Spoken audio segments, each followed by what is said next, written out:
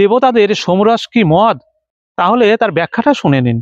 বেদ এবং পুরাণে একটি পানীয়র কথা উল্লেখ করা হয়েছে, যেটার নাম হলো সোমরস। দেবতারা প্রচুর পরিমাণে সোমরস পান করতেন। অনেকের ধারণা এটা আসলে মদ, কিন্তু এই ধারণা ভুল, কারণ ওই সমস্ত গ্রন্থে সুরারও উল্লেখ করা হয়েছে। সুতরাং এ থেকে প্রমাণিত হয় যে মদ এবং সোমরস সম্পূর্ণ আলাদা। তাহলে প্রশ্ন থেকেই যায় যে সোমরস তাহলে কি? বহু বছর ধরে গবেষকরা ধোঁয়াশার মধ্যে ছিলেন। তারা কিছুতেই প্রাচীনকালের সোমরস উৎপাদনকারী সোমরসকে খুঁজে পাচ্ছিলেন না।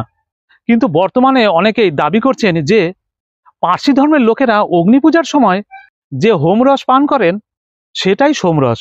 ইন্দো আরিয়ান ভাষা ও জেনেটিক স্টাডি থেকে প্রমাণিত হয়েছে যে বৈদিক আর্য ও ইরানিদের পূর্বপুরুষ একই।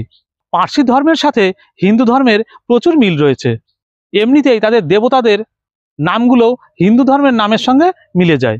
তাই ধরেই নেওয়া যায় যে হোমরস ও সোমরস দুটোই একই। হোম গাছের বিজ্ঞানসম্মত নাম ইফেড্রা, যা ইরান ও আফগানিস্তানে পাওয়া যায়। এই গাছের কাণ্ডকে শুকনো করে দুধের সাথে মিলিয়ে খেলে শরীর উত্তেজিত হয়ে যায়।